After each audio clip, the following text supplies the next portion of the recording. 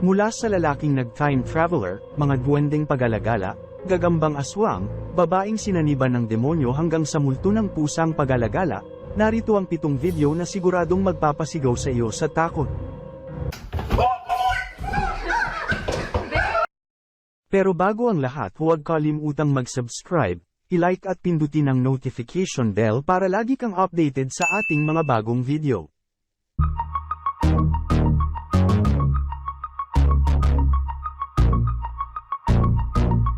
Ang video na ito na nag-trending sa TikTok, ay talaga namang pinag-uusapan at binahan ng iba't ibang komento hinggil sa misteryosong pangyayari na nahagip ng kamera. Pagmasdan mabuti ang susunod na mangyayari.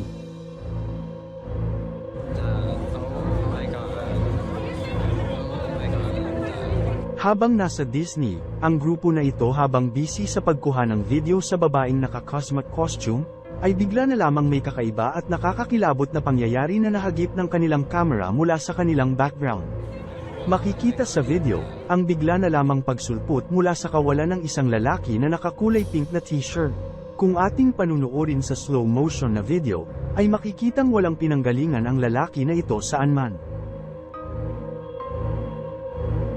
Makikita rin sa video na walang pinanggalingan ng nasabing lalaki maging sa kanan man o kaliwa.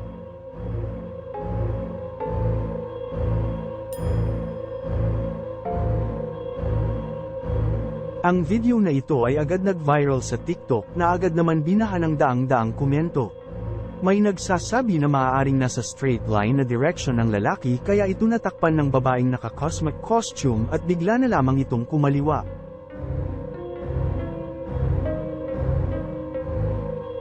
May nagsasabi din na maaaring nag-time traveler ang lalaking ito, at may nagsasabi din na nag-teletransport din ito.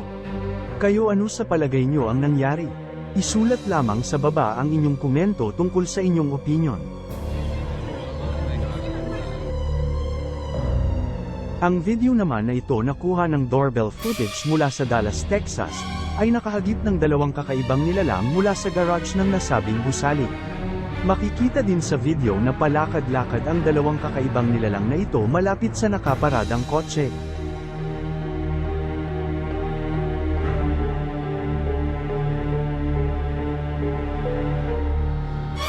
Ang ganitong klase ng footage ay sinasabing bihira lamang na makuhanan ng isang doorbell camera. Kadalasan ay mga hayop lamang na napadaan ang nakukuhanan, ngunit ito ay bihira lamang.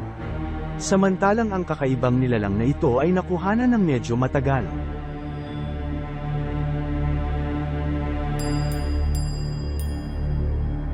Sinasabing ang kakaibang nilalang na ito na palakad-lakad malapit sa kotse ay tinatayang nasa 15 hanggang 19 na inches ang taas.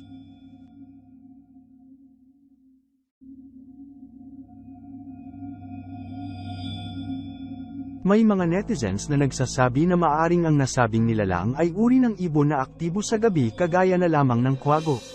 Ngunit may hindi umaayon na ang ganong klase ng ibon ay hindi nagtatagal sa paglalakad sa ganoong klase ng lugar. May nagsasabi din na ang 2 nilalang na ito ay mga duwende na pag-alagala.